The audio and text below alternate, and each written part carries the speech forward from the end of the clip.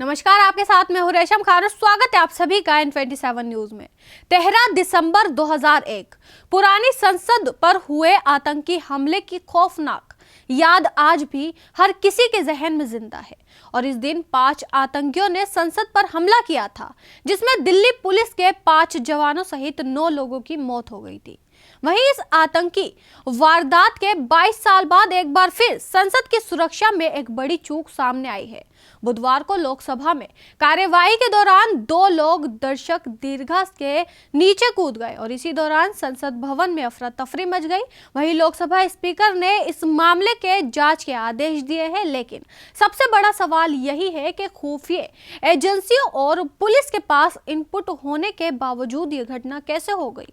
वहीं आपको बता दें कि आईबी ने दिल्ली पुलिस और खुफिया एजेंसियों को पहले इनपुट दे दिया था ताकि इस तरह की घटना होने से रोका जा सके और इसके मद्देनजर संसद और आसपास की सुरक्षा भी कड़ी कर दी गई थी। लेकिन 2 लोगों ने सुरक्षा चक्र तोड़ दिया और संसद में घुस गए। वहीं कुछ देर दर्शक दीर्घा में बैठने के बाद दोनों नीचे कूद गए और एक बेंच से दूसरे बेंच पर भागने लगे।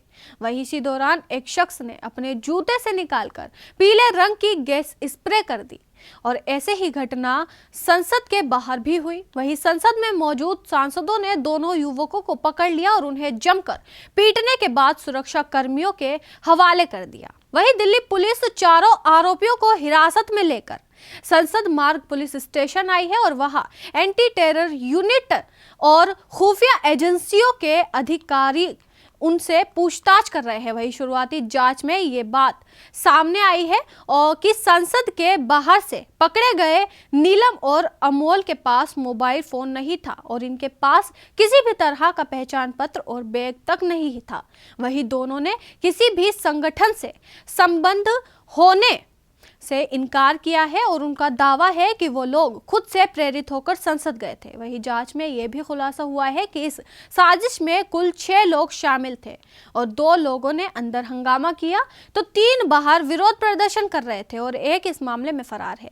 वही पुलिस और जांच एजेंसियां फरार हुए आरोपी की तलाश कर रही है। जानकारी के मुताबिक 5 आरोपी गुरुग्राम में एक जगह रुके हुए थे और वहां ललित झा नामक एक शख्स ने उनके रुकने की व्यवस्था कराई थी। वहीं इन 5 की पहचान हो चुकी है, लेकिन 6ठा आदमी जो कि फरार है उसकी पहचान नहीं हो पा रही है। बताया जा रहा है कि सभी आरोपी सोशल मीडिया के जरिए एक दूसरे से मिले थे, जिसके बाद पूरी साजिश रची गई। लेकिन सबसे बड़ा सवाल संसद की सुरक्षा व्यवस्था का है। इतनी कड़ी सुरक्षा के बावजूद चारों आरोपी अपने मकसद में कामयाब कैसे हो गए।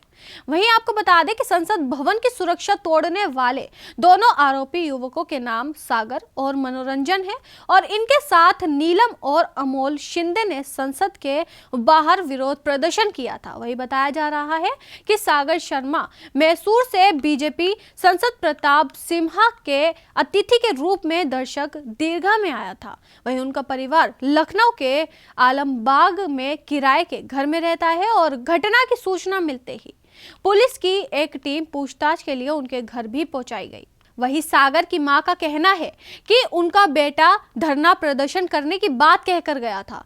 वो बैटरी रिक्शा चलाता है और पिता कारपेंटर का काम करते हैं और उनका परिवार पिछले 15 वर्षों से लखनऊ में रह रहा है। वही अनमोल शिंदे महाराष्ट्र के लातूर जिले के चाकुर तहसील के जारी गांव का रहने वाला है और दूसरी तरफ नीलम को सोशल एक्टिविस्ट बताया जा रहा है और उसके फेसबुक प्रोफाइल से पता चल रहा है कि वो विरोध प्रदर्शन में सक्रिय रहती है। वही नीलम हरियाणा के जिंद के घसोकला की रहने वाली है और कुछ समय पहले तक हिसार के रेड स्क्वायर मार्केट के पीछे स्थित पीजी में रहकर सिविल सर्विस तैयार कर रही थी। वही 25 नवंबर को घर जाने की बात कहकर पीजी से चली गई थी और उसके साथ पीजी में रहने वाली लड़कियों का भी कहना है कि उसकी रुचि राजनीति में बहुत ज्यादा रहती है। वही नीलम के भाई ने बताया है कि वो गांव के लोगों के साथ किसान आंदोलन में जाया करती थी।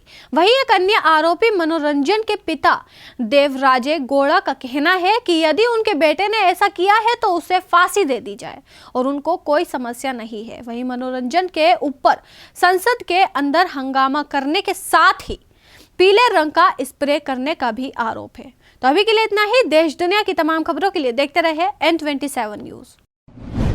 आप देख रहे हैं N27 न्यूज, पकड़ हर खबर पर।